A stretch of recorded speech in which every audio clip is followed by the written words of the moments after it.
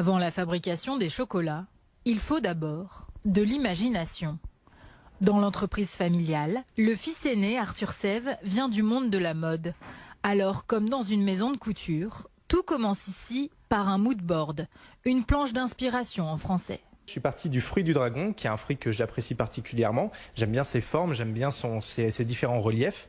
Et j'ai continué à rechercher, à aller dans ce même univers. Et je suis tombé sur une forme assez géométrique. Et donc, à partir de cette forme-là, j'ai fait des dessins et je l'ai modélisé en 3D pour obtenir l'œuf qu'on va vous présenter.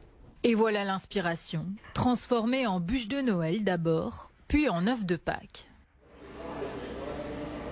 À l'atelier, c'est son père Richard qui dirige la fabrication. Première étape. Appliquer une couche de chocolat, lait ou noir, qui imprime bien tous les détails du moule qui a été imaginé par Arthur. Il faut environ 6 heures pour confectionner ce type d'œuf, car les parois sont pralinées. C'est une technique, on va dire, qui est artisanale, puisque c'est une technique qui nécessite beaucoup de travail, beaucoup de main-d'œuvre. Une dernière couche de chocolat. Un peu de patience pour que la matière durcisse. Et l'œuf prend forme. Il y a le croustillant, le fondant du praliné.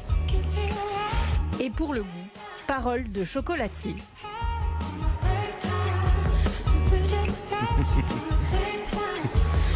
C'est vraiment trop bon.